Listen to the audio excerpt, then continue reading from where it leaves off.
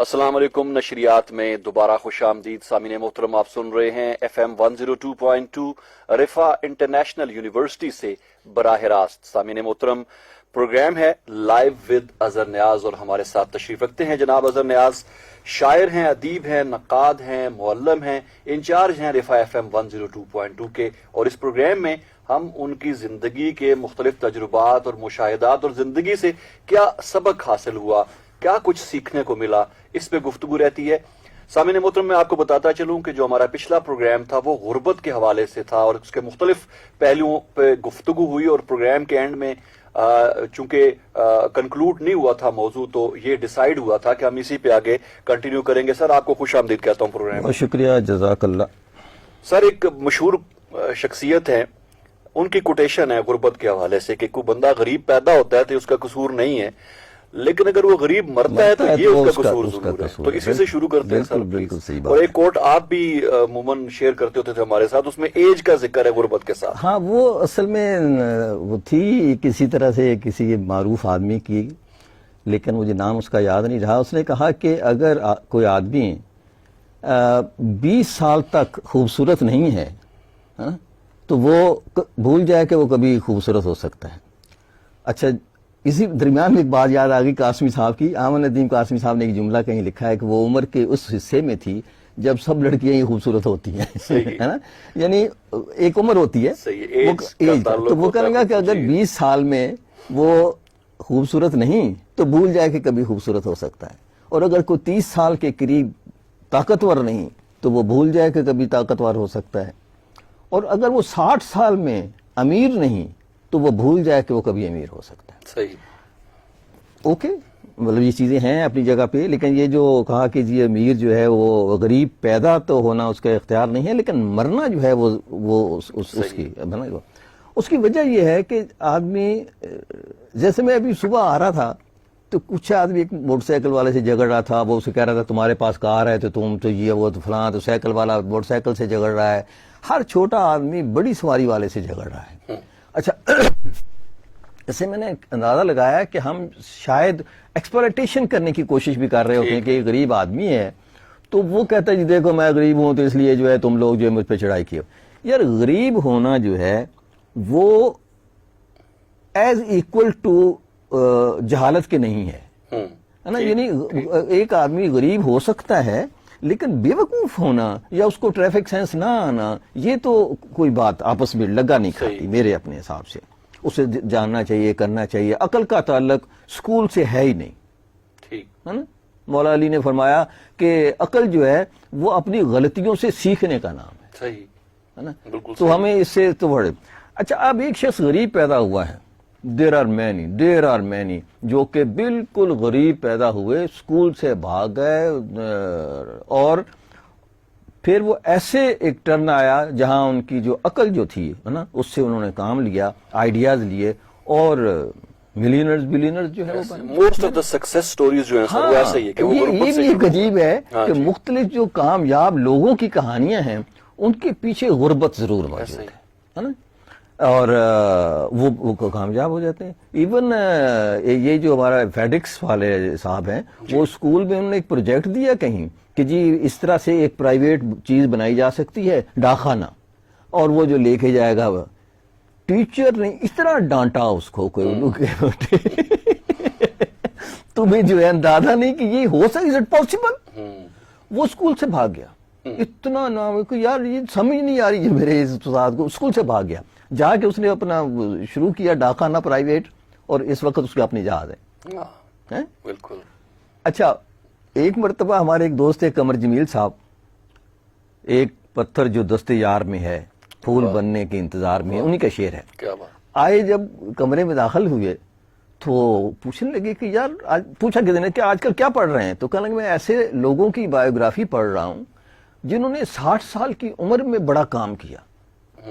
تو پوچھا خیریت ہے؟ کہنے لگے میں 60 سال کا ہو گیا ہوں کہ ابھی تک تو کچھ نہیں کر سکا. شاید KFC والا بابا 60 پلس جب اس نے پہلا اپنا جو ہے وہ فرائیڈ چکن بنایا، وہ تصویر بھی اسی زمانے کی لگتی ہے. ہاں، اسی فرائیڈ چکن بنایا اور محلے کے جو ساتھ والا ہمسایا تھا اس کو بھیجایا ہے نا, اور اس نے جب لیا اور کہا کہ اتنے کا وہ لے لیا, ہے نا, اور وہ KFC بن گیا. مطلب آپ دیکھیں KFC ایک برانڈ ہے, اینڈ سو مینی ادر. اچھا پاکستان میں بھی اس طرح کی بے شمار مثالیں موجود ہیں کہ آپ اپنی سیور والوں کو لے لیں, اور دوسرے لوگ ہیں انڈس ہاسپٹل والوں کو لے لیں. ہمارے یہاں واج سراج صاحب آئے تھے. ہاں جی, واج سراج صاحب ہیں, تو وہ نیا ٹیل والے جو ہیں وہ بھی انہوں نے شیئر کیا تھا کہ 1.5-2 لاکھ کی انویسٹمنٹ سے شروع ہوا ہے. یہ کتنا بڑا کام ہے. ہاں جی, وہ پیچھے اسے ادھر ہی بیٹھ. تو یہ وہی بات ہے کہ جی آدمی پیدا تو غریب ہو سکتا ہے نا, یہ اس کا قصور نہیں, لیکن اگر مرے تو ہو تو, لیکن اس میں بھی رزق آپ کا لکھ دیا گیا ہوتا ہے. جس طرح ہم نے جو پہلے والے پروگرام میں بات کی تھی کہ وہ رزق تو لکھ دیا گیا, اب اس کو اپن حلال کر کے لینا ہے یا حرام کر کے لینا ہے, یہ آپ کی اس کے اوپر ہے. تو اس طرح سے ایک جد و جہد کے ساتھ ساتھ جو ہے آدمی آگے, اور اس کورٹ میں بھی یہی ہے کہ ایفرٹ کے ساتھ محنت, جب تک اصل میں کہتے ہیں نا رزق لکھ دیا گیا تو میں یہاں بیٹھا رہوں اور کہوں کہ نہیں اب فرشتے آئیں گے تو آ کے مجھے دیں گے کہ بھئی یہ تمہارے حصے کا رزق ہے, جو ہے اس کو وہ لے لو. صحیح ہے سر. آپ نے پچھلے پروگرام میں ذکر کیا تھا مختلف بین الاقوامی ادارے جو ہیں ان کے ساتھ آپ کو کام کرنے کا موقع ملا پاکستان کے اندر, خاص طور پہ مختلف علاقوں میں آپ کو جانا ہوا. آپ کیا تجربات اپنے یا مشاہدات شیئر کرنا چاہیں گے اس حوالے سے؟ بات کر رہے تھے ہم کوئٹہ کی. جی اچھا, کوئٹہ میں جو میرا جس پروجیکٹ میں گیا ہوا تھا وہ انوائرمنٹ پہ تھا کہ جی وہاں کیا جو ماحول ہے, انوائرمنٹ ہے, اس کو ایک اویئرنیس دینی تھی. مطلب ایک میس اویئرنیس کیمپین ڈیزائن کرنی تھی, وہ ہمارے ذمہ تھا. میں تھا اور ایک صاحب ٹونی صاحب تھے, وہ تھے. تو ہم نے کوئی یہ, اور جو پروجیکٹ کی قیمت تھی وہ کوئی 30 کروڑ روپے تھی. اچھا 30 کروڑ روپے کی وہ جو پروجیکٹ تھا وہ سب سے چھوٹا پروجیکٹ تھا کوئٹہ کا, سب سے چھوٹا, مطلب ایسی کچھ معمولی سا پروجیکٹ تھا. اور وہ جو ہے اس کے اوپر ایسے میرے جیسے معمولی اور ٹونی صاحب جو تھے لگا دیے گئے. جیسے میں نے بتایا کہ کوئی 1 مہینے کا کام تھا جس کو ہمیں مجبوراً 3 مہینے کرنا پڑا. اچھا اس دوران جو میں نے بلوچستان کا جائزہ لیا, اس پہ میرے تقریباً میں نے سوچا کہ یار اس پہ لکھا جائے, تو میں نے تقریباً ہر ہفتے ایک کالم لکھا جو امت میں چھپتا رہا. بلوچستان سے, وہیں سے میں فیکس کرتا تھا, چلا جاتا, کراچی میں چھپ جاتا, اور وہ بلوچستان ہی کے حوالے سے ہوتا تھا. وہاں کی مختلف چیزوں پہ, ان کی غربت پہ, ان کے مسائل پہ, وہاں جو اس پہ لکھتا رہا میں. کچھ چیزیں میں ان کی آپ کے ساتھ شیئر کرتا ہوں. جیسے پچھلی مرتبہ میں نے بات کی کہ جی وہ واسا والوں کو پتہ نہیں چلا کہ یہاں پانی نہیں ہے, تو ضائع ہو گیا, پیسے ضائع ہو گئے. اچھا مسئلہ یہ تھا کہ یہ ادارے جو ہیں یہ کس طرح سے ورلڈ بینک اور IMF کسی علاقے میں, اچھا بے شمار مضامین موجود ہیں نیٹ کے اوپر کہ افریقہ میں اور دیگر ممالک میں یہ کس طرح سے غربت کو لانے کا مقصد بن رہے ہیں. اچھا جہاں جب میں نے اس کو دیکھا تو وہاں بھی یہی ہو رہا تھا. مثال کے طور پر وہاں ایک بہت بڑا پروجیکٹ آیا کہ یہ جی درخت جو ہیں یہ جلائے جا رہے ہیں اور اس سے جو ہے وہ یوں ہو رہا ہے, اور ان کو جو ہے کو گیس کے جو ہے وہ چولہے دے دیے جائیں نیچرل گیس کے, اور ان سے یہ کہا جائے کہ درخت نہ کاٹیں. ہو گئے اس پہ جناب لاکھوں کی تعداد میں سلنڈر, چھوٹے اسمال سلنڈر, اور جو ہے گیس کے چولہے جس پہ فٹن ہوتا ہے, اس کو لایا گیا. پتہ نہیں باہر سے امپورٹ کیے تھے یا انہوں نے دیے, کسی ادارے نے دیے, اور طرح کے تھے, ذرا سا ڈیفرنٹ تھے, جس طرح ہمارے ہاں استعمال نہیں ہوتے. Was quite good. اچھا اب وہ جو تھے لا کے, اور اس کو جنگلوں میں رہنے والے لوگ جو ہیں جو لکڑیاں کرتے تھے, کوئی سروے ریسرچ کیا ہوگا. اچھا ان ہر چیز پہ ایک پیسہ خرچ ہو رہا ہے نا. پہلے تو ایک سرچ ہوتی ہے کہ جی کون لوگ کہاں سے کیسے, ہاں اتنی تعداد, اتنے چولہے, اتنے خاندان, ایک سب کرنے کے بعد ان کو بانٹ دیا. اچھا جب وہ بانٹ دیے تو اب جب وہ ختم ہو گیا, مہینے میں, 15 دن میں, ایک ہفتے میں وہ ایک جو چولہا کتنا چلتا ہوگا. انہوں نے تو دم پخت بنانا ہوتا ہے نا. اچھا اب وہ جب ریفل ہونے کا مقام آیا, مقام آہو فغان, تو وہ جو ہے انہوں نے کہا کہ جی اب کیا کریں, کہیں گے یہ تو ریفل کوئٹہ سے ہوگا. اب وہ پتہ نہیں کہاں رہتا ہے وہ بندہ, پنجگور میں ہے نا, وہاں سے اس نے اپنا جو ہے وہ اٹھایا اور اٹھا کے کوئٹہ آیا کہ اس کو ریفل کر دو. دکاندار نے یہ کہا, جو میں نے اسٹڈی کی وہاں, اس نے کہا کہ یار یہ کدھر آیا کرو گے تم پنجگور سے ادھر سے، جو ایسے فضول ہے، تم یہ اس کو مجھے بیچ دو، تم جاؤ جا کے یہ پیسے لو، جا کے لکڑی جلاؤ اور کو کہا، اچھا ہے نا، تم کس چکر میں پڑ گئے ہو؟ انہوں نے جناب بیچنے شروع کر دیے، سارے کے سارے دوبارہ کوئٹہ کے بازاروں میں وہ بک گئے، ہے نا، اور شہر میں یہ استعمال ہونے لگے، ہے نا، اور وہ جہاں اویلیبل تھا جہاں پتہ ہے ریفیل جو ہے آپ کے گھر میں ڈلیوری ہو جاتی ہے۔ اسلام بلوچستان میں اتنے دور دراز علاقے ہیں، وہاں پہ سڑکوں سے دور ہیں، واقعی بڑا تو یہ پہلے سوچنے والی بات ہے نا کہ پہلے نہیں سوچا، اور اس طرح بلینز ڈالر جو ہیں وہ ضائع کر کے وہ جو ہے، یعنی میرے اپنی رائے یہ کہ یہ لوگ جو ہیں چاہتے یہ ہیں کہ پیسہ خرچ ہو جائے، کام نہ ہو۔ ایک اور تجربہ میں آپ کے ساتھ شیئر کروں گا، ایون جو گورنمنٹ کے ادارے تھے، مثال کے طور پر ہم پاکستان ٹیلی ویژن میں گئے، وہاں دونوں میں بھی اور وہ بھی، اور میں بڑے اس سے گیا تم تراک سے کہ میرا اپنا ادارہ ہے اور وہاں تو ہمیں جناب بہت آؤ بھگت ملے گی اور یہ ہوگا وہ۔ جب میں وہاں گیا کہ جی ہم چاہتے ہیں اتنا پیسہ ہے، ہم آپ کو اتنا پیسہ دے سکتے ہیں، بلکہ ہم ریکمینڈ کریں گے تو آپ کے کاج میں آ جائے گا، آپ کوئی ڈاکومنٹریز بنائیں، آپ پروجیکٹ بنائیں، آپ بتائیں کہ اس اویئرنیس کے پروگرام کو آپ کس طرح سے کر سکتے ہیں۔ ان کا جو بیہیویئر تھا وہاں کا، ہے نا، وہ اس پہ بیان نہیں کر سکتا میں، مطلب اس بدتمیزی سے وہ لوگ پیش آئے وہاں کے جو وہ ہے کہ آپ اس یعنی مطلب میں اب تک سٹنٹ ہوں کہ یار اس آدمی پاگل ہو گیا تھا، وہ آدمی کیا ہو گیا تھا اس کو، کس لیے۔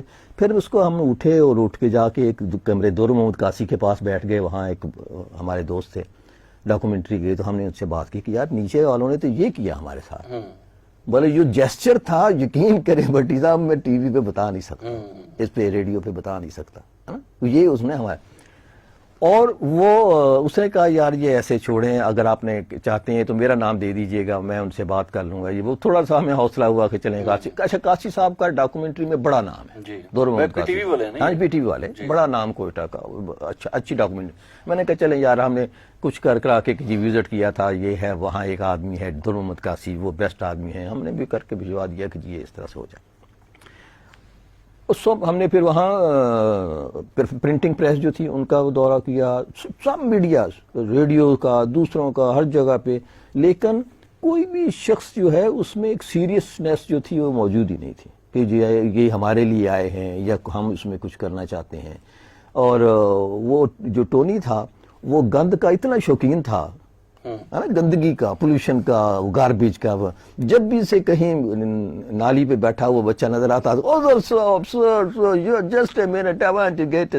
وہ کیمرہ لے کے نالی میں گھس جاتا تھا، یا وہ کوئی بھی کئی مرتبہ ایسا ہوا کوڑے کے ڈھیر ہیں، وہ سب کو ہم نے فوٹوگرافی کی، اتنی فوٹوگرافی کی ہم نے کوئٹہ کے گاربیج کی اور گندگی کی کہ حد نہیں، جہاں تک کہ وہ ایک مرتبہ اس نے ایسا تصویر بھی کہ ایک عورت نے گھر سے باہر کا جو پھینکا اور باہر سے، اور اس نے اس کو جو ہے وہ کیپچر کر لیا، اس گڈ کیمرہ مین۔ اوکے، ایک مرتبہ ہمیں ایک ملا لیٹر کہ فلاں دن ہفتے بعد وہاں کے جو سیکٹری داخلہ ہیں ان کے پاس تمام جتنے بھی بلوچستان میں کنسلٹنٹ کام کر رہے ہیں ان کی ایک بریفنگ ہے، پریزنٹیشن آپ نے دینی ہے، تو بی ریڈی۔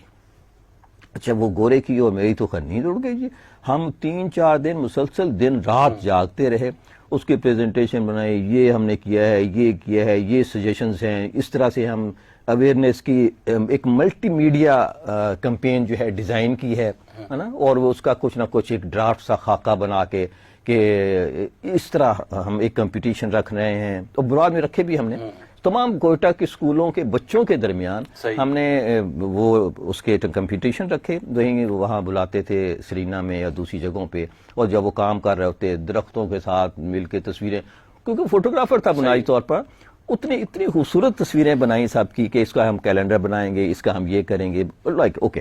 بہرحال ہم نے ایک پریزنٹیشن میں چلے گئے ہم، اور وہ ایک بڑا ہال جس کے اندر جو کنسلٹنٹ، مطلب انٹرنیشنل کنسلٹنٹ اور ایک پاکستانی کنسلٹنٹ، کم سے کم بھی 30-35 کے قریب بیٹھے ہوں گے جو مختلف سبجیکٹ پہ کام کر رہے تھے بلوچستان میں، اور پریزنٹیشن، خیر گورے نے انگریزی بولی، میں نے کچھ بروشرز دیے، سلائیڈ پہ پروجیکشن ہم نے دی، اپریشیٹ کیا گیا، لوگوں نے کیا، کہنے ٹھیک ہے جی، گورے کا پسینہ صاف ہوا، بڑا بیٹھ گیا، وہ ہمیں بھی اطمینان ہوا کہ یار کام ٹھیک ہو گیا۔ پھر دوسرے آئے، تیسرے آئے، چوتھے آئے، اتنے میں ایک صاحب جو ہیں اٹھے، ان کو کہا گیا، وہ ایگریکلچر پہ پریزنٹیشن انہوں نے دینی تھی، صحیح، اچھا بڑا قد کا بندہ تھا، اٹھا، اس نے اپنی جیب سے ایک پرچی نکالی، وہ پرچی بلا مبالغہ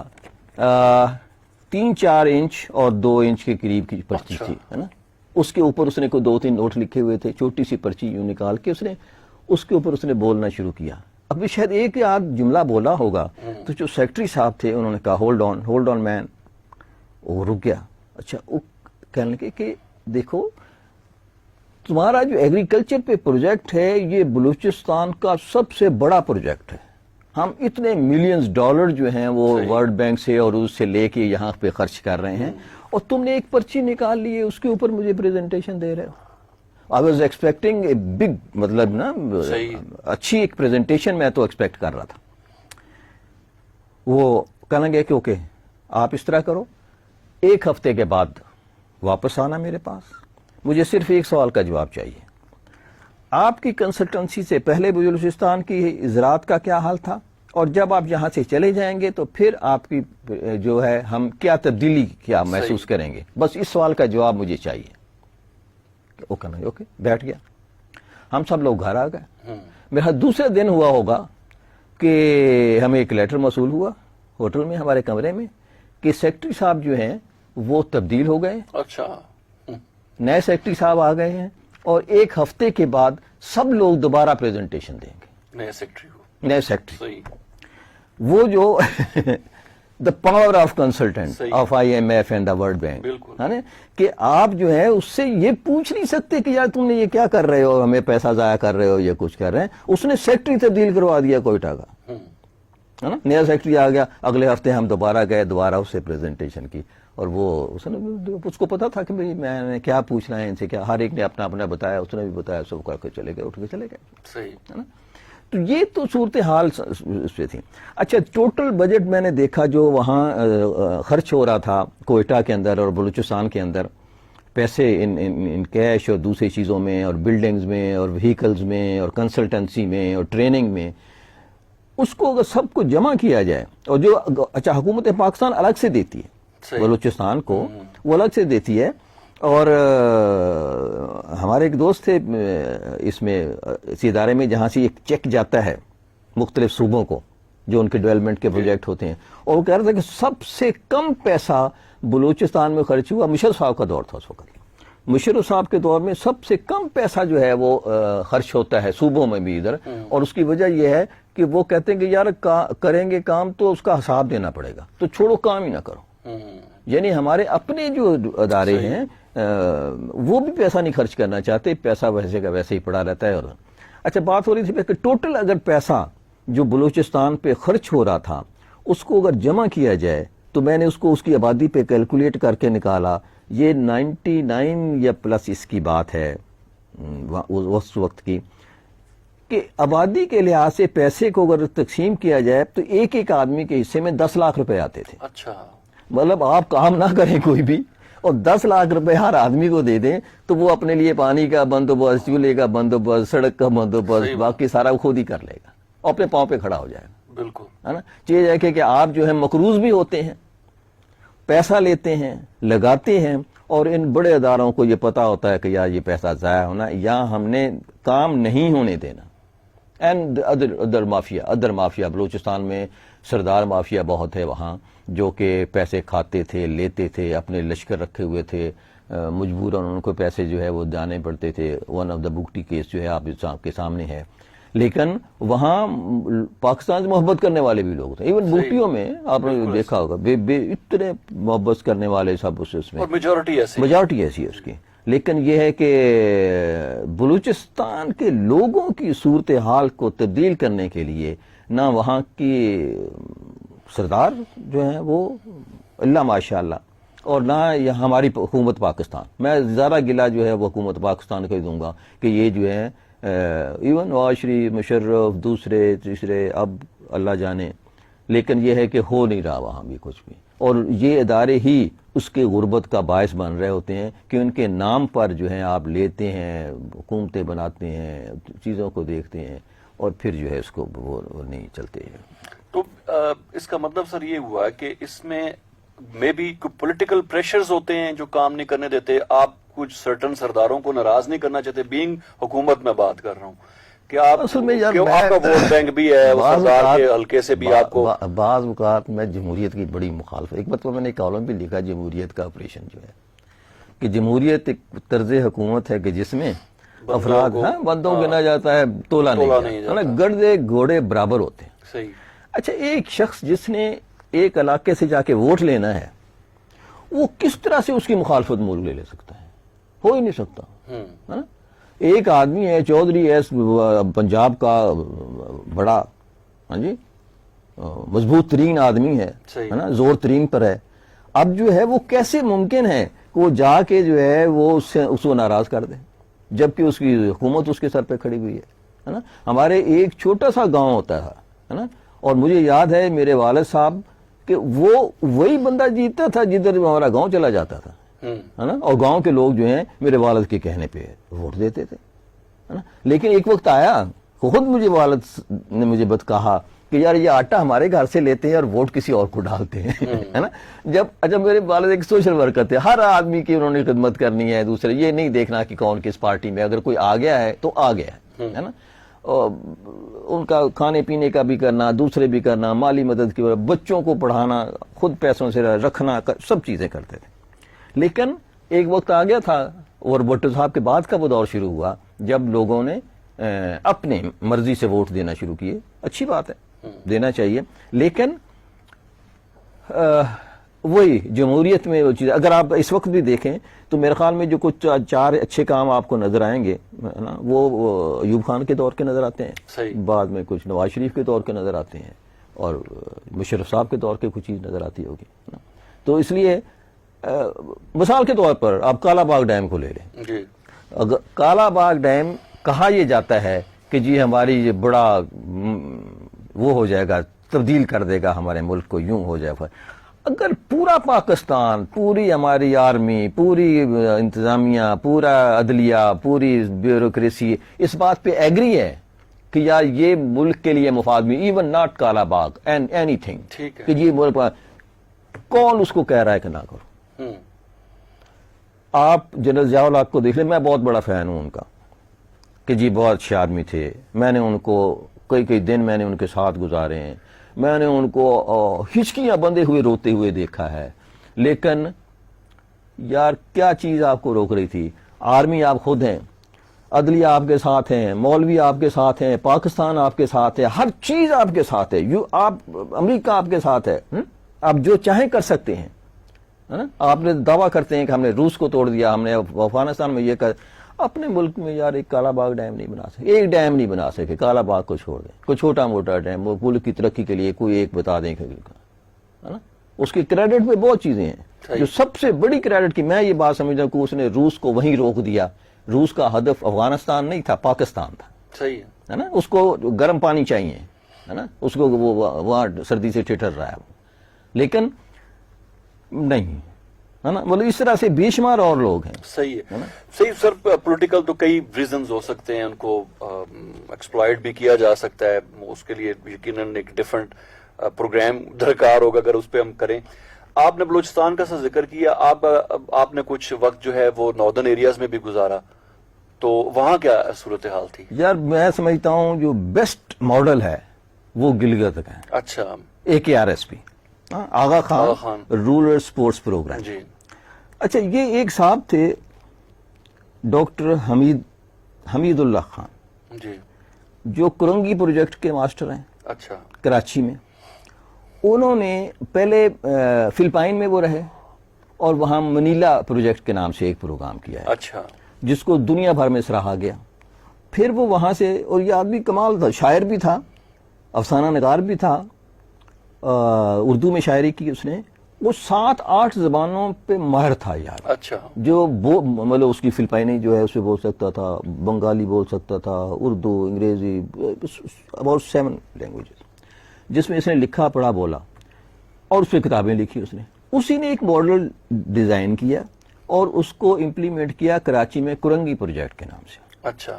بہت اس کی اپریسیشن ہوئی, اور آغا خان والوں نے کہا کہ یار اس پروجیکٹ کو لے کر آپ آؤ ہمارے گلگت میں. وہ صاحب جو ہیں گلگت میں چلے گئے اور وہاں شروع کیا. وہاں اس کو جو ساتھی ملے وہ کمال کے تھے, ان میں ایک شعیب سلطان صاحب بھی تھے.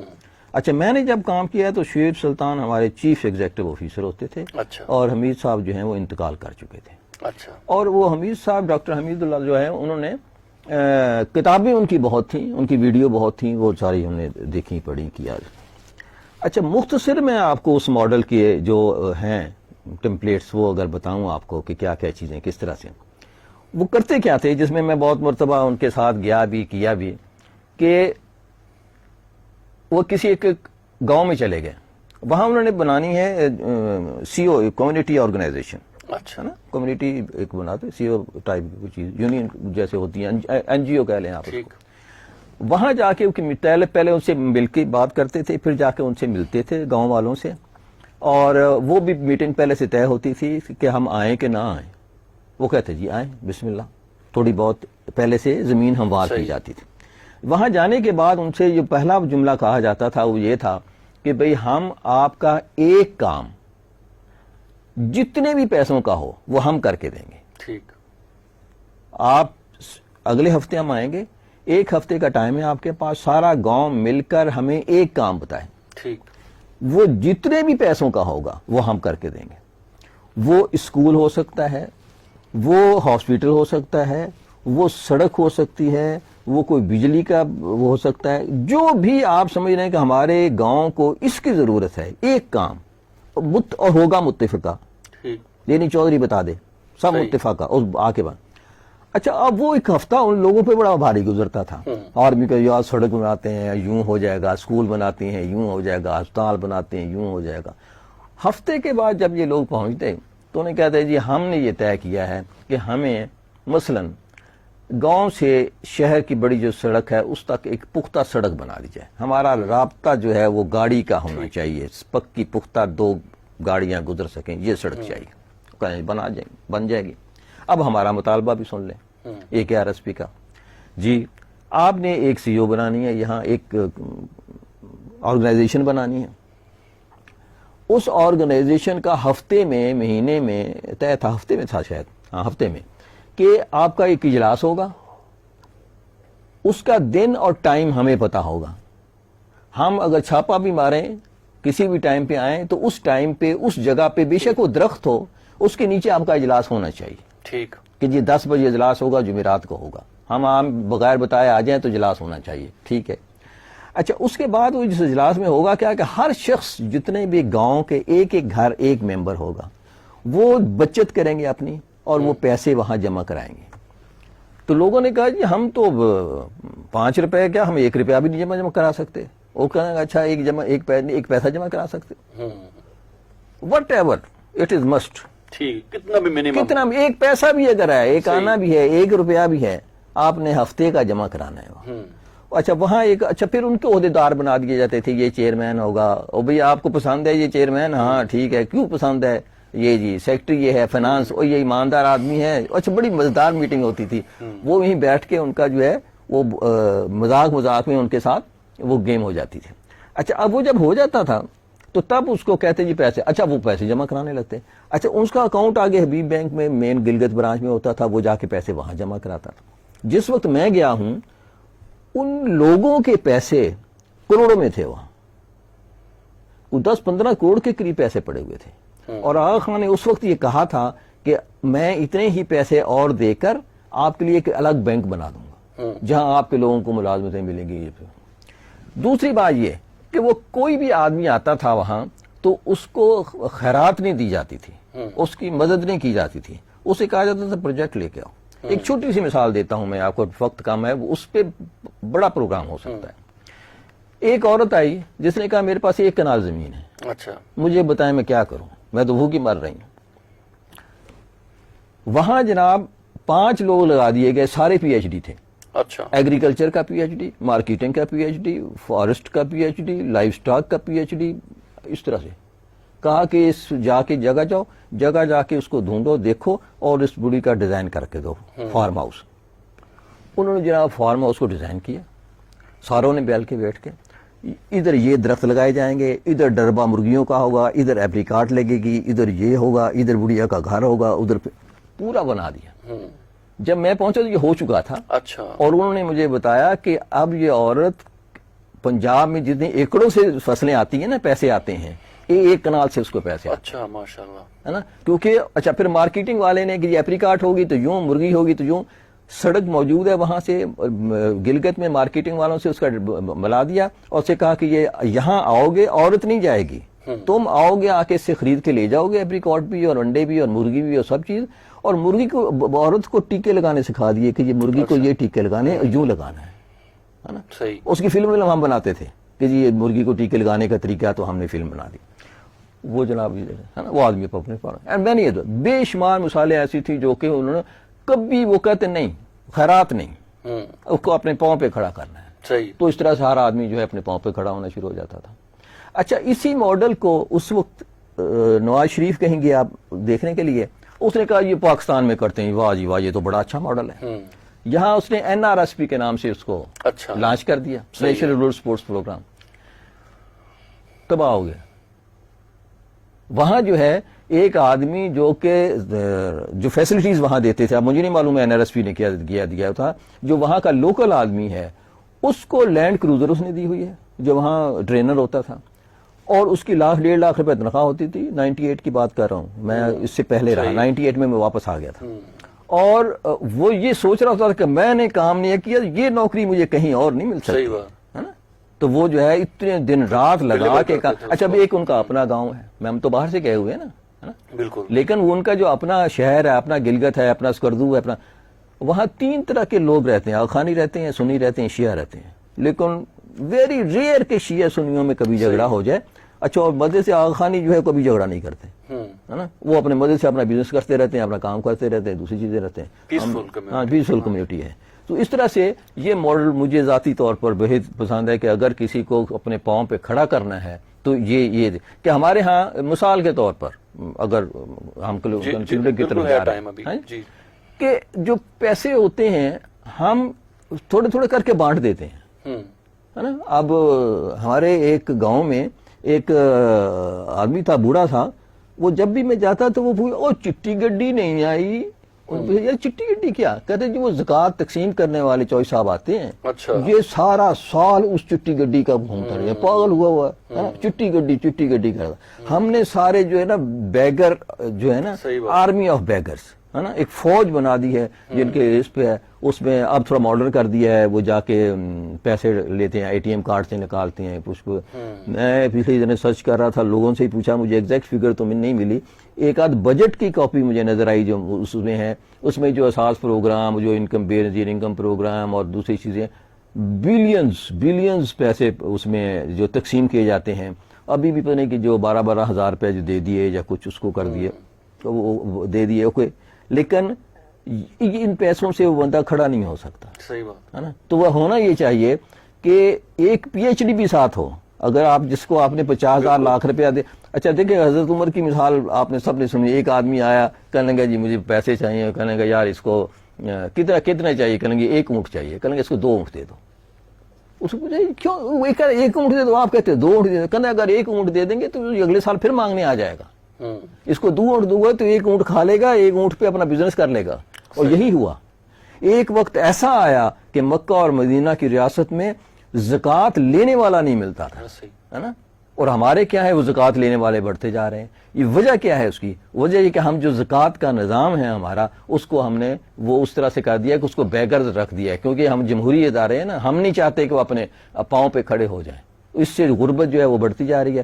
صرف آپ جو بجٹ ہے آپ کا زکوٰۃ فنڈ کا جو ہے کچھ جو کاٹے جاتے ہیں, اگر وہ صحیح استعمال ہونے لگا, میں سمجھتا ہوں کہ ہمارے سرمایہ دار جو ہیں وہ اپنے زکوٰۃ سے بڑھ کر زکوٰۃ دینے کو تیار ہے نا. ہم تو ڈیزاسٹر مینجمنٹ میں کہ پاکستان کے لوگ دنیا بھر میں معروف ہیں کہ جب بھی کوئی آتا ہے تو زکوٰۃ اور ڈونیشن یہ سب سب سے زیادہ دیتے ہیں. والنٹیئرشپ جو ہے یہاں پائی جاتی ہے. تو اگر آپ یہ چاہیں کہ ان پیسوں کو اس طرح سے استعمال کیا جائے کہ کچھ پروجیکٹ بنائے جائیں جس کے اوپر ایسا نہیں ہے کہ کچھ نہیں ہو سکے بالکل مایوسی والی بات نہیں, کچھ بھی نہیں. بہتر اسٹریٹجی کی, بہتر پلانز کی ضرورت ہے. ہاں میں نے جو کالم لکھتا تھا اس میں میں نے آخری کالم جو لکھا اس میں ایک اسٹریٹجی دی تھی. صحیح ہے. جس کو ہمارے پاس تھوڑا ٹائم ہے, اگر آپ کچھ پوائنٹ اس کو شیئر کرنا چاہیں. اس میں صرف یہ تھا کہ آپ ضلع وائز کچھ چیزوں کو بنا دیں. اچھا, ہر سال پورے پاکستان کو زکوٰۃ تقسیم نہ کی جائے, مخصوص کر لیں آپ. 2-4 پنجاب میں, 2-4 سندھ میں, 2-4 بلوچستان میں جو ضلعوں کو ٹارگٹ کر لیں, ان کو ماڈل بنا کے وہاں جو ہے اس کو شروع کریں. سب سے پہلے ایک سروے بہت معمولی کام ہے, سیاسی جماعت کے لیے تو بہت ہی معمولی ہوتا ہے. آپ کے جو ہے کارکنان ہوتے ہیں, انہیں کو یار اپنے محلے کی رپورٹ دو, 2 منٹ کے اندر آپ کو آ جائے گی رپورٹ ساری کہ جناب اس محلے میں اتنے لوگ ہیں, اتنے غریب لوگ ہیں, اتنے بوڑھے ہیں, اتنے معذور ہیں, ہے نا, اتنے بھیک مانگتے ہیں, اتنے کام کر سکتے ہیں, ایک ہاتھ سے اتنے معذور ہیں, دونوں ہاتھوں ہیں. اچھا, ان سب کو جب ڈیٹا آ جائے گا تو وہاں کچھ ہاؤسز بنائے جائیں. جو کام بالکل نہیں کر سکتے ان کو وہاں رہنا چاہیے, کھانا کھانا چاہیے, ان کو کچھ نہیں اور دینا, آپ نے اس کو صرف کھانا دینا ہے, کپڑے دینے ہیں, اس کو کرنے, ہے نا. جو تھوڑا کام کر سکتے ہیں ان کو اسی جگہ پہ کام پہ لگا دیا جائے, اسی جگہ پہ, ہے نا, کہ یار آپ کو پیسے دیے جائیں گے, آپ نے کھانا بنانا ہے, آپ نے تقسیم کرنا ہے, آپ نے اس پہ لانا ہے. اچھا پھر وہیں جس طرح جیلوں میں نہیں ایک پیپل پارٹی کے دور میں شروع ہوا تھا کام, وہ بڑا اچھا تھا ویسے, اس میں ریڈیو بنانے کی بھی ٹریننگ دی جاتی تھی. ہمارے ریڈیو ٹرانسسٹر جو ہیں وہ جیل سے بن کے باہر نکل رہے ہوتے. اچھا, تو ٹیکنیکل جو ہے چیزیں وہاں اندر ان کو سکھائی جائیں اور ان کو مارکیٹ کیا. عورتیں خاص طور پر جو ہینڈی کرافٹس بناتی ہیں, اگر ان کو تھوڑی سی ٹریننگ دے کر اس کے اوپر, دنیا پاگل ہے ہماری ہینڈی کرافٹس, ہے نا, اگر لیکن نئی ٹیکنالوجی کے ساتھ, نئی مشینری کے ساتھ ہم ان کو چیزوں کو دیں. اسی ہاؤس کے باہر بھی جو اپنا گھر ہوتا ہے, اولڈ ہاؤس ہوتا ہے, کچھ بھی ہوتا ہے, وہاں اس کو دکانیں بھی بنا دی جائیں, انہی لوگوں کو دکانوں پہ بٹھا دیا جائے, وہ چیزیں وہاں سے خریدی جائیں, مارکیٹ کی جائے. جس طرح سے وہ محترمہ جو تھی لیاقت علی خان کی, اس نے ایک خواتین بیگم رانا نے ایک پروجیکٹ خواتین کے لیے شروع کیا تھا, بڑا اچھا تھا, وہ ٹھیک چل رہا تھا. وہ چیز افواہ تھا, ہاں, لیکن لوگوں عورتوں کو تربیت ہی دی جاتی تھی.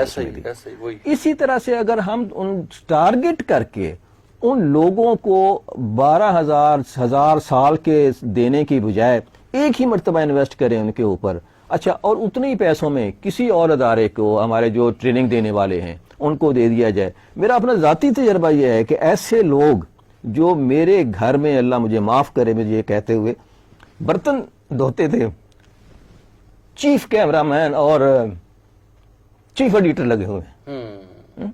مدینہ میں ایک صاحب جو ہیں وہ پروڈیوسر لگے ہوئے ہیں. اس میں وجہ کیا تھی؟ اللہ تعالیٰ کی مہربانی تھی, لیکن ان کی اپنی محنت تھی اور ان کی ٹریننگ تھی. اگر آپ ان لوگوں کو کسی طرح کا بھی ہنر سکھا دیتے ہیں تو وہ جو ہے وہ بھوکے نہیں مریں گے. اور انشاءاللہ کیپیسٹی میں فیسیلیٹیٹ کریں, بالکل فیسیلیٹیٹ سے تھوڑا سا زیادہ کر دیں یار, تھوڑا سا, جس کو ہم, ایک تو ہوتا ہے انصاف کرنا, ایک ہوتا ہے احسان کرنا. اگر آپ احسان کرنے کے معاملے میں آ جائیں گے اور ان کے ساتھ تربیت کا والا معاملہ کریں گے اور حسن سلوک والا معاملہ کریں گے اور ان کو اپنے بچوں کی طرح سمجھ کر انہیں کے جو ہے پڑھائیں, لکھائیں, سکھائیں گے, ہنر سکھائیں. بالکل ہمارے الٹا ہو رہا ہے, کہہ رہے ہیں یار یہ چینل جو ہے اس میں نوکریاں نہیں ہیں, چینل بند کرو. جو اور یونیورسٹیوں سے کہا جا رہا ہے کہ جی آپ میڈیا نوکریاں پیدا کریں. مجھے وہ بہت زیادہ, اوباما کی پہلی جو تقریر تھی جس میں سب سے زیادہ تالیاں بجیں, اس نے وہ جملہ کہا تھا کہ ہم نئی نوکریاں پیدا کریں. اس کے بعد اب سارے لوگ یہ جملہ استعمال کرنے لگے ہیں کہ جی نئی نوکریاں, لیکن نئی نوکریاں پیدا کرنے کے لیے کچھ پلاننگ اور اس کی ضرورت ہو. بالکل, بہت بہت شکریہ. قائد اعظم کا جملہ مجھے یکدم یاد آ گیا, میں معافی چاہتا ہوں. اس نے 43 میں تقریر کرتے ہوئے کہا تھا کہ ہمارے ملک میں لاکھوں لوگ ایسے ہیں جو کہ ایک دن کی روٹی بھی انہیں میسر نہیں ہے, ہے نا, اور اگر ہم نے آزادی کے بعد بھی صورتحال یہی رکھنی ہے تو مجھے ایسی آزادی کی ضرورت ہے. صحیح, بالکل. اور ساتھ ہی وہ جو اپنے ساؤتھ افریقہ والے صاحب, کیا نام ان کا, جنہوں نے آزادی حاصل کی, اس سے ان کا یہ جو جملہ ہے کہ اگر ہمارے ملک کی صورتحال آزادی سے پہلے اور آزادی سے پہلے غربت کی صحیح، یہی رہتی ہے تو ہمیں اس طرح کی آزادی کی ضرورت نہیں. بالکل صحیح. بہت بہت شکریہ سر. سامعین محترم، پروگرام لائیو ود اظہر نیاز آپ سماعت فرما رہے تھے. رفا ایف ایم 102.2 پہ ہمارے ساتھ موجود رہے جناب اظہر نیاز، شاعر، ادیب، نقاد، معلم اور رفا ایف ایم 102.2 کے انچارج. اور آج جو گفتگو رہی، پچھلا پروگرام اسی ٹاپک پہ تھا، غربت، اس کے اسباب، وجوہات، کیسے اس چیز سے نکلا جائے، اس پہ گفتگو رہی. عرفان بھٹی کو اجازت دیجیے. اسٹوڈیو سے میں یہ بھی بتاتا چلوں کہ پروگرام آپ تک پہنچانے میں ہمیں معاونت حاصل رہی ہے ہمارے براڈ کاسٹ انجینئر جناب واجد محمود کی. ان کا بھی بہت بہت شکریہ. اللہ حافظ.